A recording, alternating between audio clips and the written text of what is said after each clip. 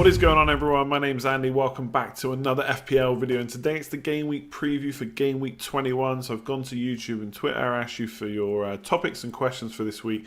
Come up with 8 things plus captaincy as normal as well. Before we jump into that, I did want to say this video has kindly been sponsored by OneFootball. Link is in the description below if you want to check it out, or just search OneFootball on the Android iOS stores. It's a completely free app, so go and give it a go. Lineup news, team news, general football news, and of course live scores. Plenty of games coming up on New Year's Day, so make sure you've got this app downloaded. Give it a go, it's completely free. Otherwise, let's jump into this video. I'm going to be honest, I did not expect to be talking about Adama Traore on one of these videos throughout any point of this season, but times change. FPL, you have to be flexible. I think I was always kind of the opinion that he was all pace, no end products, and this has kind of changed a bit now. He's showing some end product, terrorising defences. I think he's one of the most foul players this season, so he's drawing a lot of free kicks as well. And like I said, he's added some end product, 4 goals, 4 assists. Now, the only issue I suppose is a lot of those goals, in fact 3 of them, are coming against Man City and the other one was against Spurs. And you want players that can turn up in the big games, but you also want players that will score in the easier games as well. So it'll be interesting to see if that continues. He's only 5.5 million. If you look at his points per match, he's done 4.3 for the whole season. Bearing in mind he hasn't always played as a kind of more like right wing, right midfield type player. He was right wing back for a while. So obviously he's still got forward, but had defensive responsibilities as well. But that's changed now. Doherty's back to playing that role, and he's playing further forward, which is decent. So points per match for the whole season, 4.3. Just to give you some kind of comparisons to players that are kind of the 7.5 million mark. Williams 4.4, people I've seen considering bringing him in. Pulisic, yes, people aren't going for him at the moment, but he's 4.5. And Madison 4.8. So 0.5 per game over 20 games is still a good amount of points. But considering he's 2 million less, Traore, it's a pretty decent price. And obviously he becomes an enabler then. If you're looking to get like Liverpool players in, which I am, which is one of the reasons I'm considering him, then it lets you do that quite easy rather than going for someone like Martial. Granted, Martial will probably score more points over the next 4, but will he score enough to justify the extra 2.4 million that he currently costs? Now, Wolves fixtures, Watford away, I don't think that's too... Although I think Watford have improved, Wolves rested a lot of players against Liverpool. Traore being 1, only played a few minutes. Same for Jimenez. Doherty 2, got a start on the subs bench. So I don't think that match is too bad. Then it's Newcastle at home, Southampton away. So decent enough. But when you look at the whole next 6, then they have Liverpool at home, Man United away, Leicester at home. So I think Wolves are a great team. They've showed that last season. They're showing it this season. They can do well in those big matches. We wouldn't expect them to score too many goals. So how many points are up for grabs for Traore? Probably not too many, but a 5.5 million, which is current price at time of recording, you shouldn't be expecting the world anyway. So I think that's a pretty decent price. And like I said, he's a good enabler. So I'm seriously considering him. I think the short-term fixtures are pretty good. And he's a good price. So I think, yeah, if you want someone that kind of price, then he's probably one of the ones to look at. Best 3 Liverpool players. So I think we have to first of all talk about Gomez, Van Dijk and Firmino, because they're the... Obviously Salah, everyone knows Salah, Mane, Robertson, Trent are good. Now Firmino, same shots in the box as Mane over the last 4 game weeks. Similar amount of chances created. Obviously stat-wise, Salah's ahead of them all. He always is. But Mane does get good quality chances. And as we know, over the course of the season, he's 22 points ahead for the whole season so far. So I like Firmino. I just think you're getting him because you can't afford Salah or Mane, which isn't necessarily an issue. He takes up a forward spot as well, so just lets you get other midfielders in. I just wouldn't be too confident, but have to remember you can only captain one of these players. So if you've got Firmino plus 1 of Salah or Mane, then you just captain the midfielder and hope that Firmino can bring in some points for a lot less money. In terms of defenders, I think Robertson's not actually that far ahead of Van Dijk in points, but obviously costs about 0.6 million more. He's created 4 chances over the last 4 game weeks, which is only 2 less than Trent Alexander-Arnold, and the quality of those chances has been pretty similar. I think overall, if you're going double defence, really you want the fullbacks. It's a similar position with Firmino. Firmino's good, but really you want Salah or Mane. Van Dijk's good, really you want Robertson or Trent, because you know what they're capable of. Bonus points, attacking returns, as well as the clean sheets as well. So whether you should go double attack or double defence is really difficult. It depends how you can fit them in. If you can fit in De Bruyne, Salah and Mane, maybe that's decent. But again, remember, you can only captain one of Salah or Mane, so perhaps the better value is in the defence. Gomez come in, they've locked up 4 clean sheets in the last 4. Obviously, going forward, the league is almost over, so 1 or 2-0 wins are fine. Goal difference is not really much of a worry at the moment. So maybe when they're ahead, they're just going to play for those defensive returns and go for the clean sheet. And obviously, if you keep a clean sheet, score a goal or 2, then you get the match won anyway. So I'm still in 2 minds about which is the best way to go. I feel like most people are going to go double defence, which means double attack is a bit of a differential. You've obviously got that headache of picking a captain, but if it's genuinely a headache, then that means you've got 2 players that are looking to score well. So whichever way you go, I do think Salah, Mane, Trent and Robertson are the ones you want to go for. Obviously, I wouldn't want to cheapen out on the likes of Gomez. Yes, he covers the clean sheet. Attacking wise, though, I'm just not so sure he's as good as Van Dijk or Robertson or Trent. And I think when they've got double gaming in such good fixtures, you should just go for the best options as long as you can afford them. Aguero is back, so first start back against Sheffield United. 1 goal, 2 bonus points, 8 points altogether. Doing what Aguero does. Next 4 fixtures, they're okay. Everton at home, Villa away, Palace at home, Sheffield United away. Now, I think the problem is that it's very tough to get him in. If you've got Salah or Mane, De Bruyne, whoever it might be, Vardy up front is like 9+ million, or it's 10+ million now. It's hard to fit Aguero in as well without dropping one of those players. I think if you've got a structure where you've already got Harry Kane in, for example, then maybe a straight swap to him would be good. It's not very often you get Aguero as a differential with those fixtures, so I think he's a good option. The only thing I will say is, how will Man City line up against Everton? Will Ancelotti kind of get one over on Pep Guardiola? You'd think he'd have a bit more tactical nous about it than Marco Silva did. They've got Sheffield United away as part of the next 4 as well. And obviously they did struggle a little bit against Sheffield United at home, so away is going to be even tougher. I think Villa away and Palace at home are good fixtures. But how many of the next 4 will he start? Will Jesus play a bit of a role? Obviously, we've got a bit of time now in between game weeks, so it's not like they're playing every 2 or 3 days, so that's going to help Aguero be able to be fit every time. But I would just worry about how many games he's going to play. So I think it's a really, really nice differential over the next 4. Maybe you could look at shipping him after that. But I think I wouldn't rip my team apart to get him in, I think is the main thing. If I had an easy way to him, maybe I'd go for the ultimate differential, but not otherwise. And then we've got the Man United double up. I think when most people are talking about the double up, they're talking about Rashford and Martial, both in form at the moment. I will say, like, watching the games, I would say Martial's got a little bit lucky with the way the 3 goals have fallen over the last 2. Now, that's not to say he hasn't finished them well. He is a good finisher and he took his chances well. Obviously, the first one against Newcastle, Dubravka should have saved it. The second one was a pass back to the keeper that was too short. And the last one was kind of Pereira tackling on the wing when he shouldn't really have been able to do that. But he did, and to be fair, he played a great ball. Martial was in the right place and great finish. So not taking too much away from him, but he maybe has been a little bit lucky. But expected goals have still been pretty decent, and I think you can't deny the fact the guy can finish, and is 7.9 million playing up front for Man United, who are in pretty good form at the moment. So he's a good option. Now fixtures wise, Arsenal away, I don't think that's too bad. Obviously with Arteta, it's a bit of a different story to Emery, but they can still be there for the taking, as we saw Chelsea do, and obviously Man United are probably going to get to play on the counter a bit more in that game, which is how they want to play. Then Norwich at home, I think, is decent, even if they have improved recently. Then it gets a bit tougher. Liverpool away, Burnley at home, Wolves at home, and Chelsea away. So they're not ideal fixtures. And obviously there's a lot resting on Pogba. I've given up trying to figure out whether he's going to come back or not, and how many minutes he's going to play, but that would help. But I think the next 2 fixtures are good. And for 7.9 million, there's probably not too many players around that price bracket doing the business right now. I think if you're thinking of doubling up, you've got to look at the 2 players individually. I don't think many people are thinking about bringing in Rashford. They probably already own him and worried about getting a second Man United player. I think you've already got Rashford. He looks good.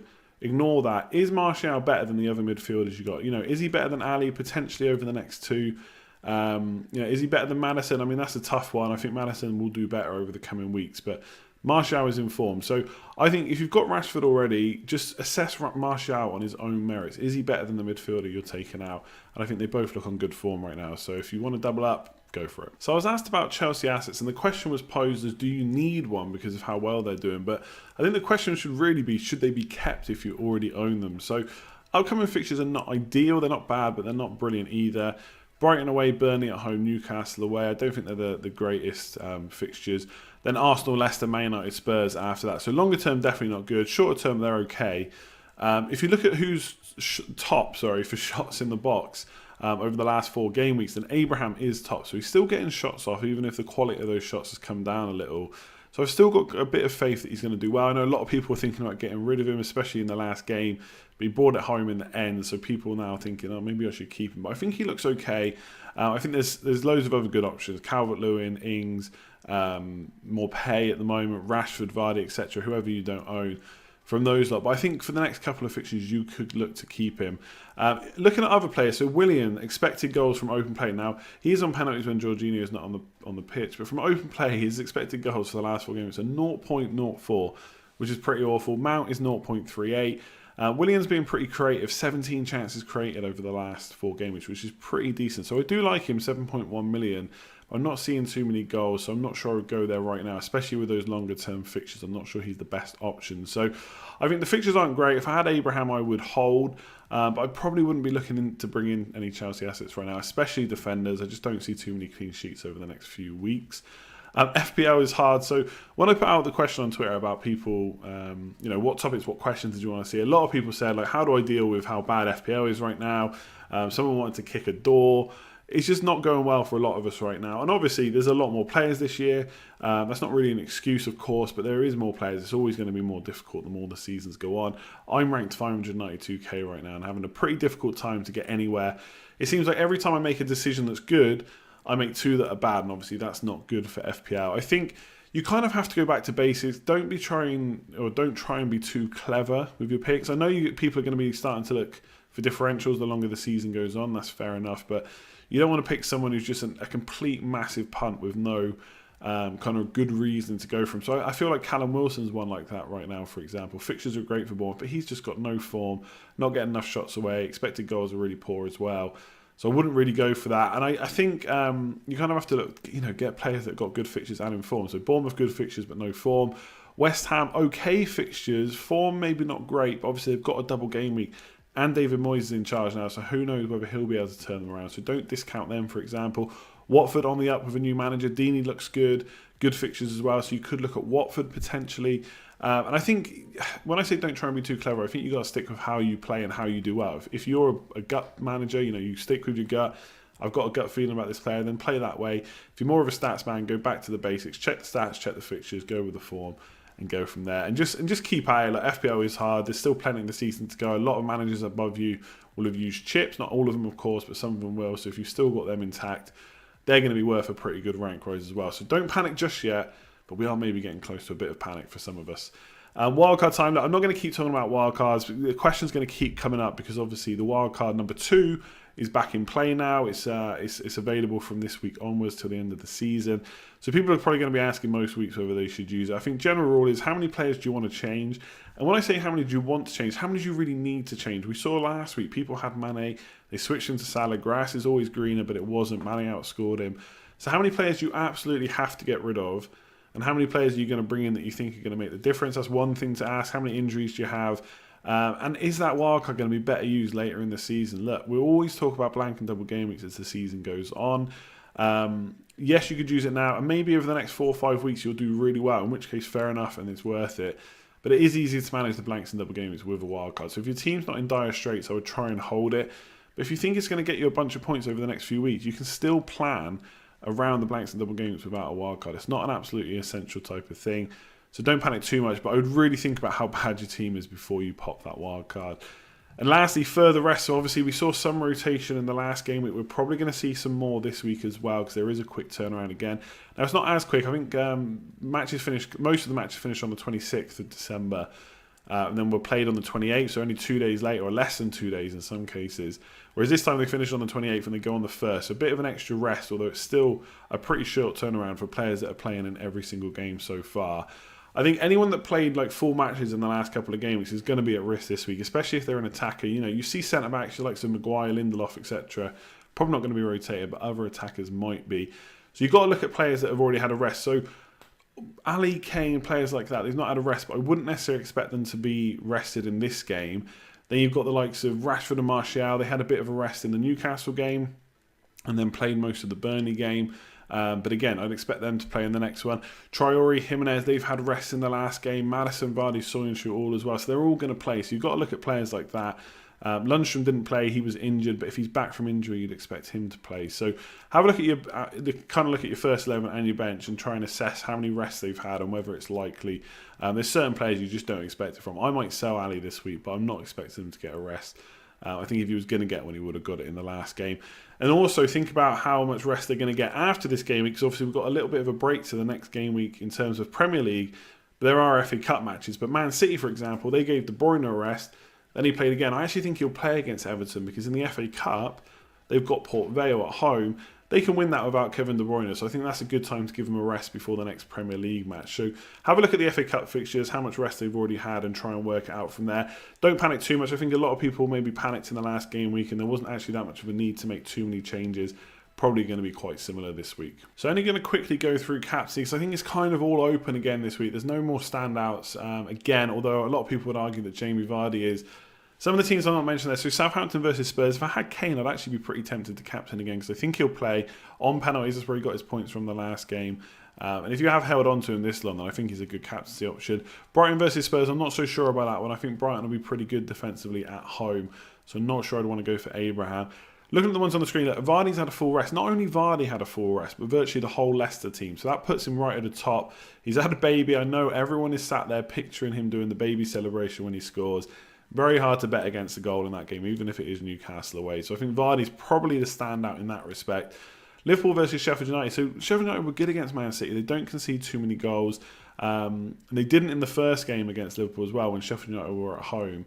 I think this will be different because it's at Anfield. So I think Mane and Salah looking like good captaincy options again. Now, rest-wise, will they get a rest? Maybe. They've got Everton in the FA Cup. So it's a little bit of a... I don't know how to call that one. My gut feeling is they will play and make some changes in the FA Cup. Whether that'll be Salah and Mane both rested in the FA Cup, I don't know. But I think they're both probably going to play against Sheffield United. So I do like Mane as an option. And he's probably been overlooked a good few times over the last few weeks when he shouldn't have been. His record this season has just been phenomenal. So definitely a look in there. Man City versus Everton. My only worry about that is how will Everton approach the game? Will they be tighter under Ancelotti? You always expect Man City to score, but you want a good few goals just because of how many different players in that team can score. So if you've got De Bruyne, which most of us have, he's been so consistent that I wouldn't put him past scoring more points in that game. And obviously Sterling's looked like a good option, although his record at home has not been great this year. Then Arsenal versus Man United, I think we've talked about Man United not doing well against teams that sit back. They've done pretty well against Newcastle and Burnley. They're going to get the chance to counter in this game. This could be a really good one for Martial and Rashford. So I like this one as a punt. I think Man City versus Everton is a good fixture as always. I think Vardy's probably the standout, but Mane and Salah are probably going to be overlooked a little bit this week. A little bit, not by too much. And they could even be just as good as Vardy, especially at Anfield. So that's it for this video. Hopefully you enjoyed it. If you did, make sure to give it a like. This is the last video on this channel of 2019. Thanks for all your support this year. It's been phenomenal. The channel has grown massively. I kind of always said I wouldn't expect them to get to 1,000, 5,000, 10,000 subscribers, but now we're here. Who knows where we can go? And it's all thanks to your support. Everyone who's watched the channel from day one, who started watching this season, whoever you might be, thanks very much. All the likes, subscriptions, comments and all that stuff's really, really helped. So here's to a good 2020. Fingers crossed for some green arrows, finally. I would love a massive green arrow going into 2020. I need a big end to the season now to get a good rank. But yeah, good luck to you. Thanks again for 2019. Enjoy New Year's Eve if you're out celebrating. Make sure to give this a like, subscribe if you're new, leave a comment, and I will catch you next time. Cheers all.